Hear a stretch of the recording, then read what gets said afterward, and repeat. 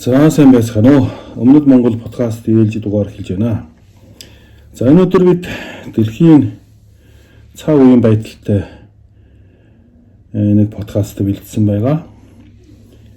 За 2026 оны 2 сарын 14-нд одоо Twitter тийм ээ хуучнараа өнөөдөр X гэж байгаа. Нэг айгу хүмүүсийн анхаарлыг татсан нэг өгүүлэл нийцэлсэн байдаг. Энэ өгүүлбэрийн эзэн бол Ray Dalio гэдэг. Одоо санхүүгийн байгууллагад бол айгу нэр хүнтэй нэгэн гэсэн дэлхийн тэрбумт нэх хүн гэсэн. Bridgewater Associates-ийн тийм дарга байдаг. Энэ хүн бол X-тер юу гэж нийтэлсэн бэ гэхээр албан ёсны мэдгэлээ дэлхийн эдэг журам нуруу унсан байна гэсэн тийм нийтлэлсэн нэлээ урт нийтлэл байгаа. За 24 цагийн дотор ер нь 54 сая хүн энэ нийтлэлийг уншсан байдаг. За яг зэрэгцээд 2 сарын 13-аас 15-нд одоо Герман улсын Мюнхений аюулгүй байдлын форум бас зохиогдсон. Энэ форум дээр бас л ижил утгатай одоо мэдээлэл яригдж байгаа. Жишээлбэл Герман улсын канцлер Мерц бол тийм ээ шууд эндэр дээрээс ингэж ярьж байгаа.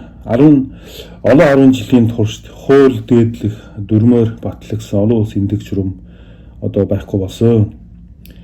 Тэрээр тийм ээ дэлхийн ертөнц хүч чадал агуу их одоо их гүрнээ улс төрөөр илд тодорхойлогдох шинэ өрийн үе рүү орж байгаа гэж байна.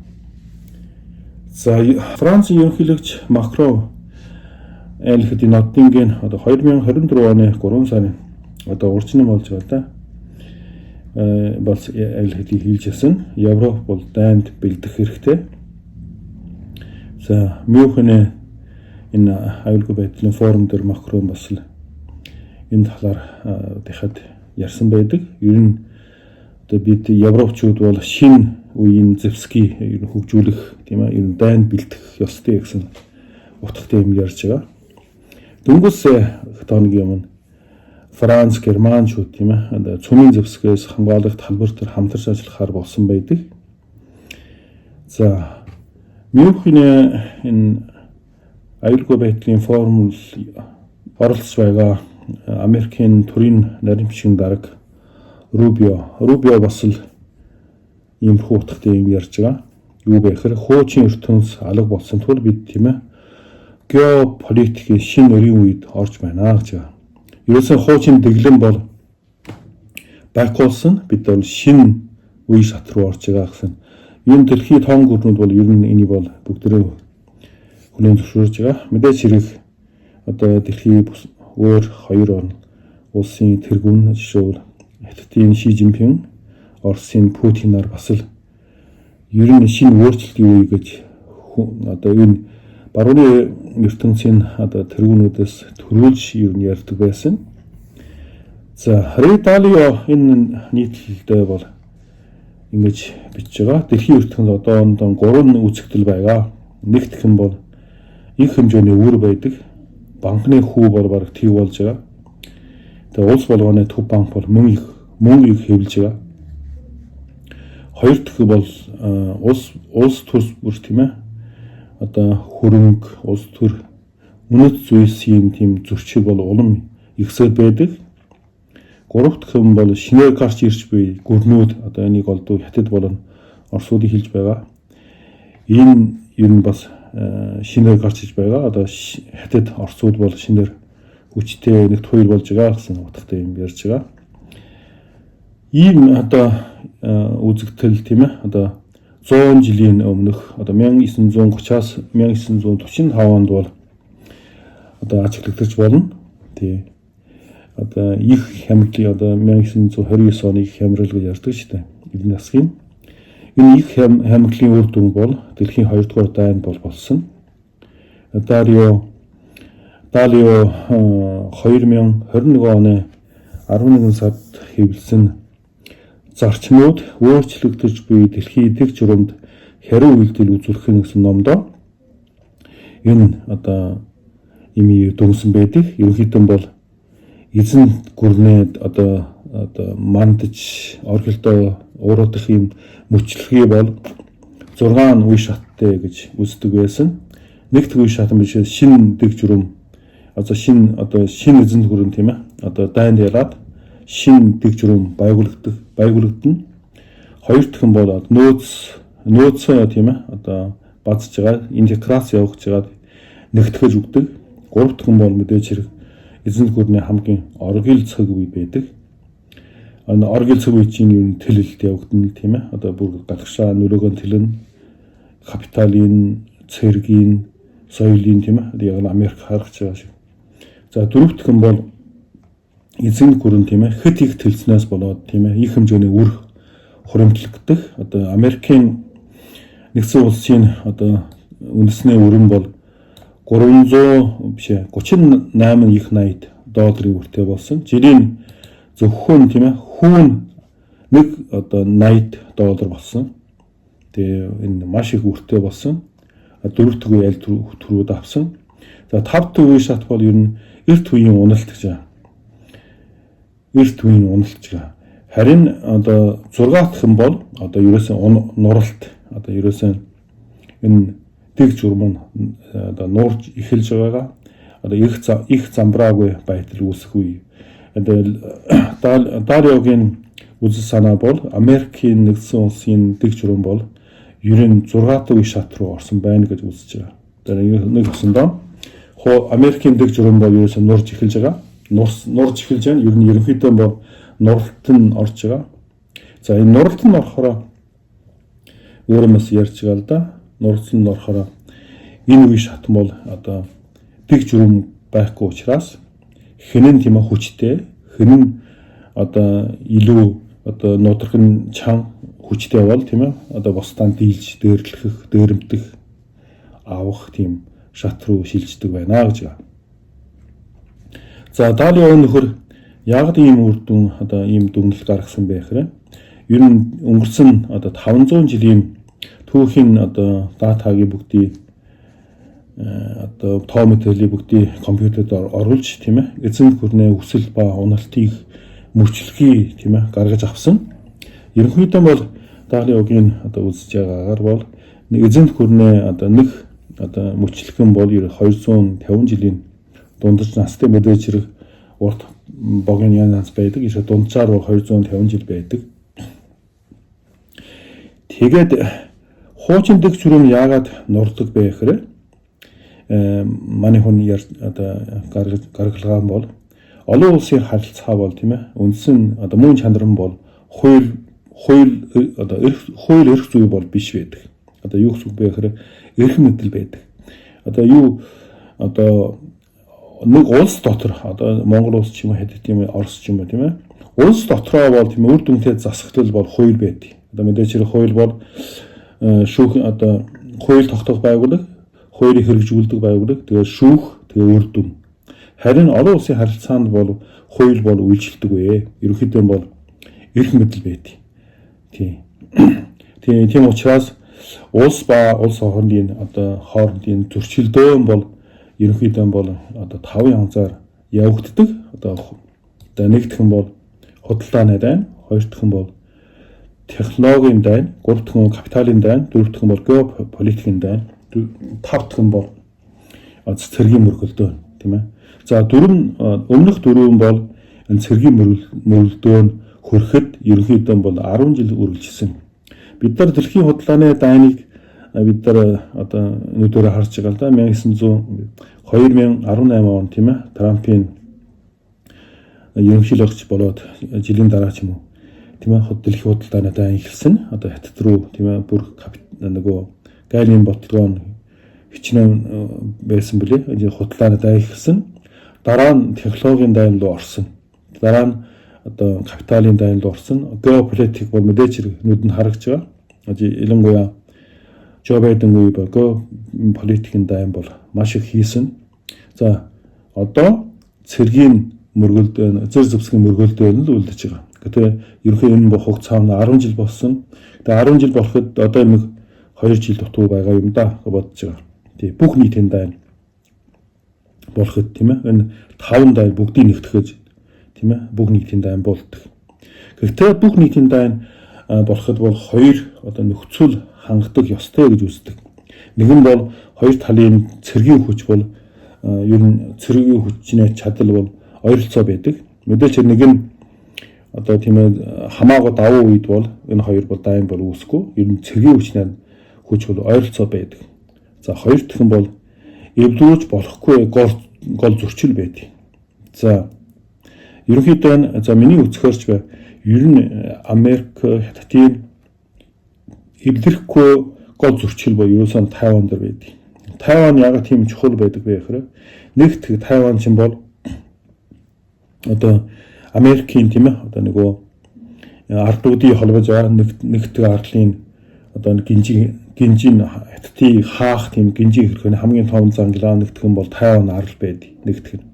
Хоёр дахь нь бол Тайван арал өнөөдөр дэлхийн одоо чипийн тийм үйл төрлийн гол улс. Ерөөсөн Тайванаас өөр улс бол Тайван шиг хийж чаддаг улс бол байхгүй. Одоо мэдээж хятад бол жоохон муу хийдэг. Өшөө Европ бол жоохон хийдэг. Гэхдээ ерөнхийдөө бол Тайван бол дэлхийн чипи гол одоо үйл төрлөгч орн байдаг. Одоо өнөөдөр чипи зэнсэн тийм улс бол ер нь одоо технологийн шинжлэх ухааны технологи хамгийн оргил цэг дээр сууж байгаа гэсэн үг байна. Тийм.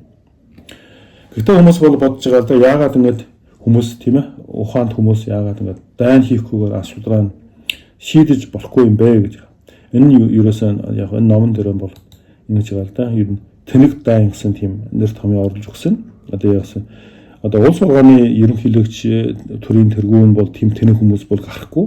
Гэхдээ яагаад энэ улс орны төрийн ухаантай хүмүүс гарсан мөртлөө одоо дайн хийдэг тийм ээ. Дайн бөхнөнд ашиггүй мэдсээр байж тийм яагаад дайн хийдэг бэ гэхээр энэ бол ерөөсөө хоригдлын дилемма гэсэн тийм одоо нөхцөлтэй холбоотой гинэ. Хоригдлын дилемма бол ерөнхийдөө бол одоо хоёр хүн хэрэг хийсэн зэрэг ингээд одоо цагдаад баригдлаа. Тэгээ тус тудаа хараад чи хэрэгзээ хэрэгээ хөлөөр чи ялгүй.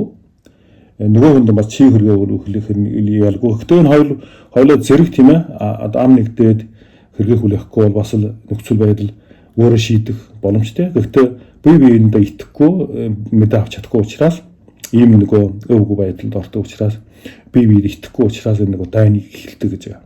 Одоо жишээл Америк хятад хоороны гэж жишээ авахд одоо би хэрэгзээ урдаар зохгүй бол энэ намайг урдаар зохичул яах вэ гэсэн тийм ийм байдалтай бол нөгөө талаар одоо энэ Америк хятад хоорондоо чипийн талаар ховор элементийн талаар тийм ээ одоо гайрын болтлогоор хариу арга хэмжээний талаар зөндөө ингээд юм явлаа шүү дээ. Одоо 8 жил явж байгаа.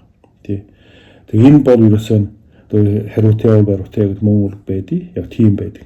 За нөгөө талаар чинь бас нөгөө аймгийн хүмүүсийн тоглоом одоо өөдөөсөө машин явж байгаа. Тэгээ өөдөөсөө машин мөрөгж байгаа шүү дээ. Хоёр том гүрэн чинь. Тэгэхээр хинэн тийм ээ одоо айгаа тийм ээ замаасан зайлахад нөгөөдөл ирж мөрөхөд зайлсан хүн илүү хохирол амсдаг байхгүй юу? Тэгэхээр ийм тэнэг дайн бол үүсдэг гэж үздэг. Нөгөө талаар номон дээр бас ингэж байгаа л да. Ер нь шудраг бүс тийм ээ сэтгэлийн хөдөлгөөнтэй удирдлагч дайны эрсдлийг ихээхэн нэмэгдүүлдэг гэж байгаа. Одоо өнөөдрийн Америкийн ерөнхийлөгч хятадын Ши Жинпинг дарга аль нь ер нь одоо энэ одоо тодорхойлт бол нийцхөр байгаа. Ер нь шудраг бүс сэтгэл хөдлөлтэй тийм ээ. Ер нь сэтгэлийн хөдлөлөөр одоо ярьдаг шүү дээ монголчууд. Тэгээ ажлаа шийддэг. Тийм. Нөгөө талаа бас арчилсан улсуудын тийм ээ богино хугацаатай сонгуульт хугацаатай удирдагч нар бол тийм ээ одоо богино хугацааны бодлоос болоод улсаа дайн руу түлхэд ороход бол илүү амархан гэж. Харин одоо жишээр Ши Жинпинг ч юм уу эсвэл одоо бяцхан Ким тийм ээ хойс солонгос эдгээр бол олон жилийн одоо түр барьж байгаа тийм давуу талтай учраас тэгээ одоо бодлогоон бол одоо хизээ дайн хийхгүйгээр эдгээр илүү өөрийг одоо юу гэдэг одоо тооцоолж чаддаг тийм. За голдуу эдийн засгийн хамтлаас болоод одоо дайны үр дүнд хүрж байгаа л да. Хамгийн том дүгнэлтэн бол одоо эдийн засаг нь одоо нурлаа. Ягаад Америкийн эднээс ягаад нурсан бэ? Өнөөдөр яг та Америкийн одоо санхүүгийн зах зээл бүх юм тараас сайн байгаа боловч ерөнхийдөө Америкчин нөгөө одоо миний ойлгосноор 60-70 мянган үйлдвэр компаниудаа тийм ээ хятад руу шилжүүлсэн. Тэгээд маш олон дундад давхаргийн хүмүүс нь ажилгүй болсон. Тэгээд бухимдал нь юу болгох вэ? Популист тийм үзэл гаргаж авдгийг. Одоо жишээ нь баян улсууд ядуу болоход бол популист бол амархан үүсдэг. Энэ бол хэд даврагч үзэл бас бий болгож чаддаг. Тэгээд 1930-ад оны үеийн Герман, Япон, Итали, Испаничууд тийм ээ. Одоо фашизм явах шалтгаан нь бас үүнтэй холбоотой юм байл. Харин Америк, Англичууд бол арчлалын суур мөр харьцангуй зузаан учраас энэ зөвхөн популист руу шилжсэн болохоос биш фашизм руу шилжээгүй. Тийм. За фашистын Германы жишгээр авч үзэхэд 1929 он тийм ээ одоо их хамтлын үед бол Германд бол нэг ажилгүйдлийн хувь нь бол 29% байсан. Тэгээ 1933 он Гитлер ерөнхий сайд болоод 1934 онд ерөнхийлөгч болсон шүү дээ. Канцлер ерөнхийлөгч хавсарч хийгээд тэгээд эдийн засгийн цэрэгжилтээр тийм ээ одоо ажилгүйдлийн тэг болгосон. GDP юм бол тийм ээ одоо дунджаар 8% болсон. Энэ бол ер нь одоо авч үзэхэд бол маш түргэн хөгждөг Германы эдийн засаг. Тэгээ хүн амын орлого нь бол бас л 22% нэмэгдсэн гэдэг юм билээ. Гэхдээ энэ нь бол юугаар одоо бий болсон бас үр одоо цэргийн одоо бүх одоо хөрөнгөө цэргийн үйлдвэр рүү хайсан. Тэгээд эдэд бүтц рүү хайсан. Тэгээд нөгөө маш их одоо сайхан эдийн засагтай харагдж байгаа. Яг л өнөөдөр хятад шиг эдийн засагтай харагдж байгаа. Гэхдээ цаанаа маш их үртэй. Тэгээд сүүлд нь өрн бол нэг л өдөр төлөх ёстой. Тэгээд төлөөсөн бол ерөөсөн дайныг үүсэж байгаа. Тэгээд сүүлд нь Польш руу дайраа. Тэгээд тийм ээ Франц эзлээ, өшөө Голланд, Молланд өшөө тэр 40 он тийм ээ одоо нөгөө Баваруус зөвлөлт рүү дайраад. Тийм. Тэгээд түүнээс ялгаагүй Япон улс бас тийм ээ 1929 он их хямдлаас болоод одоо гадаад экспорт нь 36% буурсан байдаг. Тэгээд хэвийн худалдааны зам бол хаагдсан учраас Япон хүмүүс бол база милитарист тийм ээ энэ замыг бол сонгосон байдаг. Одоо цэрэгжилтийн үзэл шүү дээ. Энийг сонгосон байдаг. Энэ нь одоо яагаад ийм одоо хамаатай яагаад ийм болсон бэ гэхээр 1930 онд Америкийн Смута Хоурингийн галийн тухай хууль гэж баталсан гинэ. Энэ хууль нь бол тийм ээ 20 мянган гаруй төрлийн одоо импортын бараан бол өндөр одоо татвар оногдуулсан. Тэгээд одоо Японы нөгөө худалдаа бол ингээд хаагдсан байдаг нэгдэх юм. За 1933 онд одоо Рузвельт энэ алдартай ерөнхийлөгчтэй 33 онд гараад хүн чинь Рузвельтийн шинэ бодлого гэгч гаргаагаад тэгээд дэд бүтцэд орон сууц маш их хөрөнгө хайж бас л зөөлөрчтэй. Тэгээд GDP бас л маш их дунджаар 9%-тэй хөгжсөн. Тэгээд 1940 онд одоо чухал бараа материалуудыг тийм ээ одоо Япон руу гарах хай хоригдсон. Тийм 41 онд концессийн тухай хууль гэж ийм баталж энэ хуулийн бол голдуу нөгөө Япон тийм ээ Германтэй дайтж байгаа Европын улсууд зөвлөлт маань Англи, Францад тийм ээ эдэрт бол одоо зээл өгнө эсвэл буцалдах тусламж маягаар одоо маш их бараа өгсөн. Түүнээс гадна одоо Японы тийм ээ Америкт байгаа бүх хөрөнгийг зарцаасан байдаг. Тэгээ Панамын сувгийг хаасан байдаг. Тэгээ Америк түүнээс болоод Японы нөгөө нефт бол 80% хасгсан байдаг. Тий худалдааны 44.3 нь хасгсан байдаг байхгүй. Тэгээ ерөөсөө нэг эдийн засгийн дайн нь одоо нөгөө нэг Совдын бомб гэдэг ярьдаг билүү тий Порл Харборын дайралт болсон байхгүй 1941 он. Энэ бол ерөөсөө эдийн засгийн дайнаас одоо цэргийн мөргөлдөөн болох нэг 10 жил үргэлжилсэн. Тэгэхээр одоо энэ ерөнхийлөгч Рузвельт тийм ээ энэ дайн болохыг хүмүүс бол тааж байгаа л да. Энэ хүн тухайн үед мэдчихсэн үгүй юу гэхээр ерөнхийдөө энэ түүхч нар бол Рузвельт ерөнхийлөгч бол энэ ийм болоход бол Япончууд бол дайн сонгож ил таарна гэж мэдчихсэн.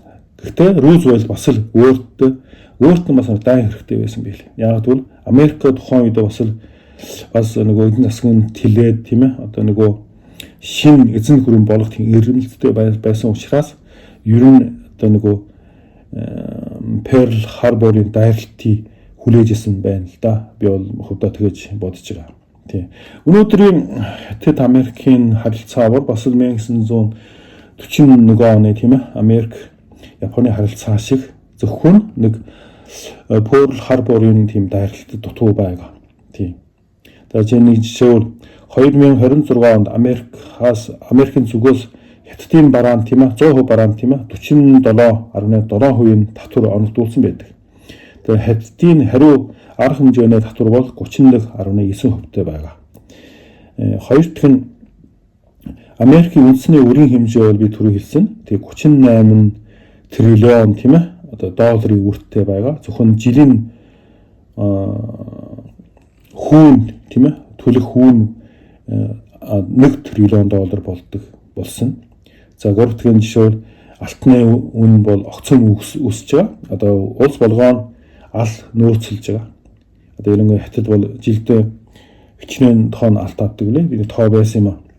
Ер нь яг бэхрэ яандаа дайн ихлэн гутаа энэ цаасан мөнгө бол тэгээ ер нь одоо ихтгэл даахгүй. Тийм бол алтын хүмүүс улс болгоо худалдан авах байгаа. За дөрөв дэх нь одоо жишээл НАТОгийн гишүүн орнууд бол GDP 2% бол тийм ээ одоо бүгдээрээ 100% 2%ийг цэргийн зартал болгож байгаа. Одоо Польш бол бүр 448% болсон байдаг. Хамгийн өндөр дэлхийд. Тийм. Гэхдээ ерөнхийдөө бол Хятад Америкийн хувьд бол 2018 оноос тийм ээ одоо дэлхийн худалдааны дайн эхэлсэн. Тэгээ импорт болон экспортын хязгаарлалт хийсэн. Тэгээд дараа нь технологийн дайн хийсэн. Тэгээд аж ахуйн нэгжийн жагсаалтыг гаргасан. Одоо ямар аж ахуйн нэгжтэй одоо худалдаа наймаа хийж болохгүй гэсэн гаргасан байдгийг тоо байд юм аа. Би тэрийг хойг олоогүй. За ямар технологи тийм ээ одоо хуваалцж болдог, ямар бол хуваалцж болохгүй гэдэг бүр бүгдийг Америкийн зүгээс гаргасан байдаг. Мэдээж хэрэг Хятад бас л хариу арга хэмжээ авсан. Тэгээ санхүүгийн хэрэгслүүд бол ер нь одоо капиталын хамгийн одоо ер нь том дайныг үзэж байгаа. Энэ одоо шүүр нөгөө Орос Украин дайг эхлэнгүүтээ одоо Оросууд бол тийм ээ одоо долларын худалдаа хийхийг хариулснаас гадна SWIFT-ийг хэрэглэхөө болсон. Тэгээд Орос бол ерөөсөн Хятадаар дамжаад юм хийж байгаа шүү дээ. Ерөнхийдөө. Тэгээд валют байхгүй учраас одоо бараа одоо солилцох маягаар тэгээд би чам хичнээн нефт, газ өгөхий чи надаа хичнээн бараа өгөх тийм маягаар явж байгаа худалдаа. За геополитикийн дайн бол энэ бол Жо Байден үед бол бүр их илүү хийгдсэн байдаг. Геополитикийн дайн бол жишээл Америк, Японч холбоотон байгаа, Америк, Солонгос холбоотон байгаа, Америк, Тайван тийм ээ холбоотон биш байсан ч ер нь банкын одоо зэрэг зохисон худалдаа бол Тайван нийлүүлж байгаа. Тэгээ 2025 оны 12 сард тийм ээ 11 тэрбум долларын одоо зэвсэг Тайван нийлүүлэх болсон. Тэгээ Америк, Филиппинэ тийм ээ хоорондоо холбоотон байгаа. Тэгээ дүнээсээ Баши сууд цэргийн хөрийн сургууль хамтарч хийсэн. Тэгээ AUKUS гэж одоо нөгөө Америк, Англи, Австрали тий AUKUS-ийн гэж товчлоод ярихад одоо Австрали бол цөмийн шумбагч онгоц өгж байгаа, хийж өгч байгаа, сургууль зааж өгч байгаа. Тий. Тэгээд Америк, Япон, энэтхэг Австралийн тийм ээ аюулгүй байдлын дөрвөн талд хилэлцүүлэг гэж байсан. Энэ ойрд бол харьцангуй жоохон им одоо яригдхай болсон байлээ. Ерөнхийдөө геополитикийн дайн бол энэ Жо Байден үед бол маш идэвхтэй хийдэг байсан. Одоо энэ бүх талын холбоотноо дайчилдаг болсон.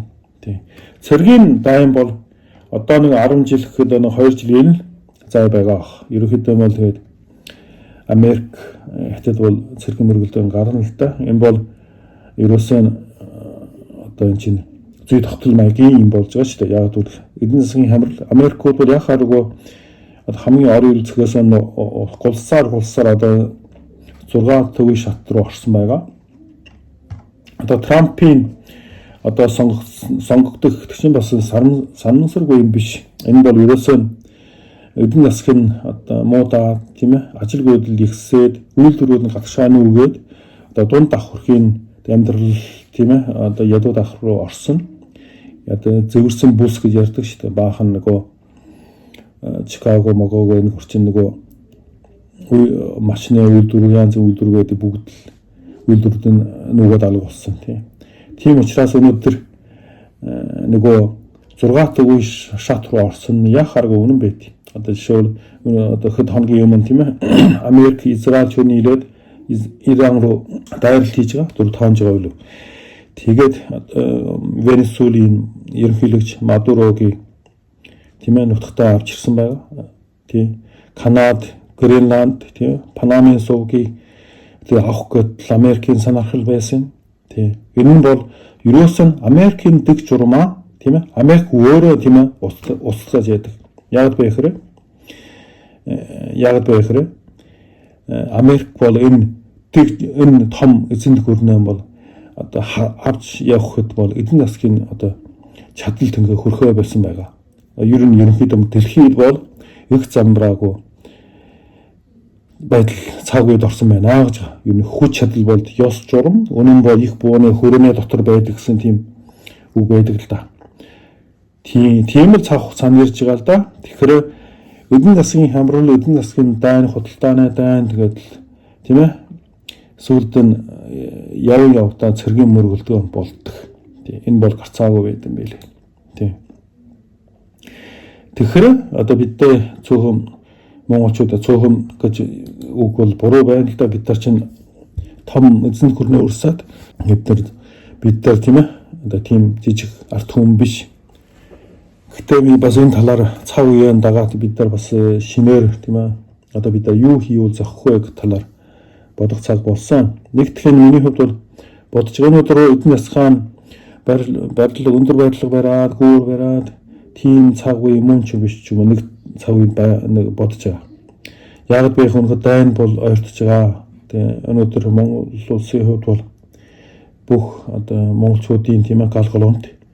Тэгэхээр ер нь дайнд бол одоо бэлтгэх нь хаашаа байдаг. Гэтэ өөрийгөө тийм ээ батхан хамгаалах тийм ээ одоо цэрэг татах залуучуудаа тийм ээ 3 жил болгох ч юм уу. Ер нь энэ талаар жоон бэлтгэлтэй явах нь бол хэрэгтэй шиг надад санагдсан юм аа.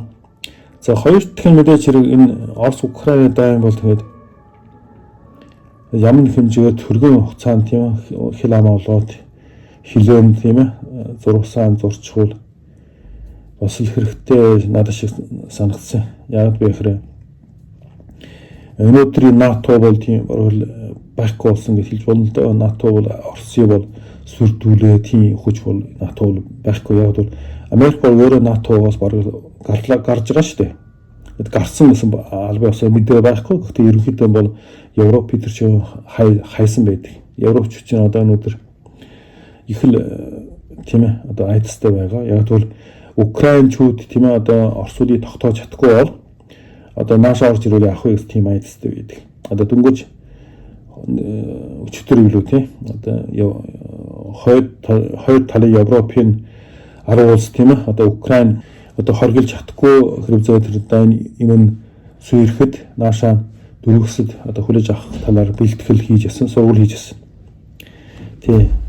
Оросын хувьд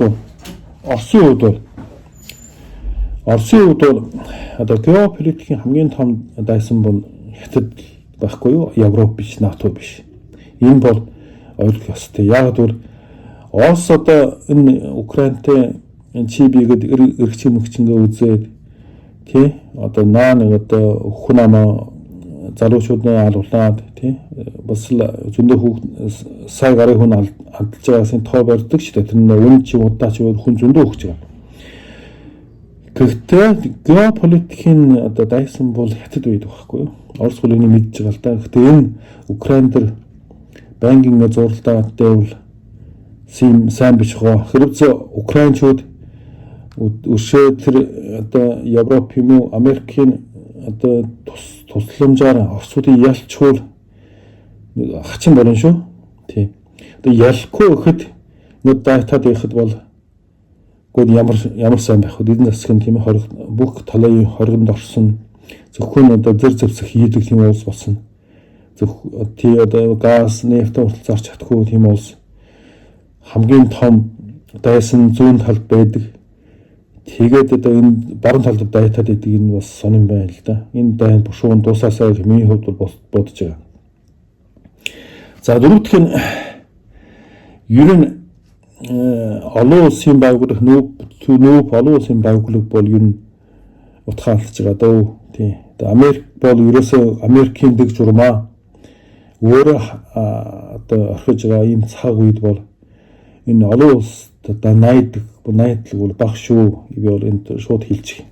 Яг би ихрэ Америкчууд чи өөрөө тийм энэ Америкийн дэг журмаа баг л өөрөө хайж байгаа шүү дээ. Тэгэхээр энэ олон улсын бүх юм найдлал олон улсын харилцаа гэвэл тэр нь бас тийм чи одоо зүйтэй юм уу гэж би бол бодож байгаа хөвдөө. Тийм. За мэдээч Монгол улс бол тийм Америкийн дэг журмын бол үр хашиг бай хүртсэн тийм. Гэхдээ зөвлөлт Америкийн өрсөлдөөн тийм одоо зөвлөлт бол Америкийн дэг журмын нурааж чадаагүй. Сүүлд өөрөө задар 15 улс болсон. Өнөөдөр тийм хятад бол одоо Америкийн одоо дэг журмыг одоо бас л нураах гэсэн оролдлого хийж байгаа. Гэхдээ Америк хичнээн дороотсон ч бай хятадын одоо нөгөө одоо ийм бол хэрэг хятад бол амжилт олж чадахгүй миний хувьд итгэж байгаа. Би хятадыг бол олон жил судалсан. Тэр амьдарч ясан хүний хувьд бол мэдж байгаа. Хятад улс бол хэрэг хятадын дэг журам бий бол хүн төрөлхтнийг ам шиг л да. Тийм. Америкууд бол мөө эзэнт гүрэн бас л дээрлэх үү янз юм байгаа. Гэхдээ эсрэгээр тийм ээ хятадын дэг журам тогтоовол яах вэ? Энэ бол дэлхийн ертөнцийн тийм юм болохгүй хаа гэж бодож байгаа. Яг бол бас шудрагос гэдэг юм байна да. Тийм. Бас хятадын дэг журам болонгол өстэй жинхэнэ хачин болно шүү. За ер нь энэ их замбраага байдал бол дайнаар тийм ээ шийдэж байгаад төгсгөл болдог. Одоо ирээдүйн энэ дэг журам бол одоо хинэн тодорхой хэлхий бол би хэлж мэдэхгүй. Магадгүй Америк бас хэдэн жил явах магадгүй гэж бодож байгаа. Гэхдээ хятадууд бол энийг одоо Америкийн дэг журам бүр үнэн уран гэхэд би бол хувьдаа бол итгэхгүй байна л да. За юу эцэд бол монголчууд бол энэ замбраагүй цаг үед бол өөрийгөө тийм хамгаалах өөрийн хүчээр тийм одоо зурсахт хэрэгтэй. Зөвхөн нүүс байшин гүүр зам гэж ярих биш. Бас нэг одоо залуучуудаа тийм ээ одоо цэргээр тарын бэлтгэл хийх хэрэгтэй хаа гэд миний хувьд бол бодож байгаа. За баярлалаа. Өнөөдөр иймэрхүү юм ярий дөө тий. За баярлалаа.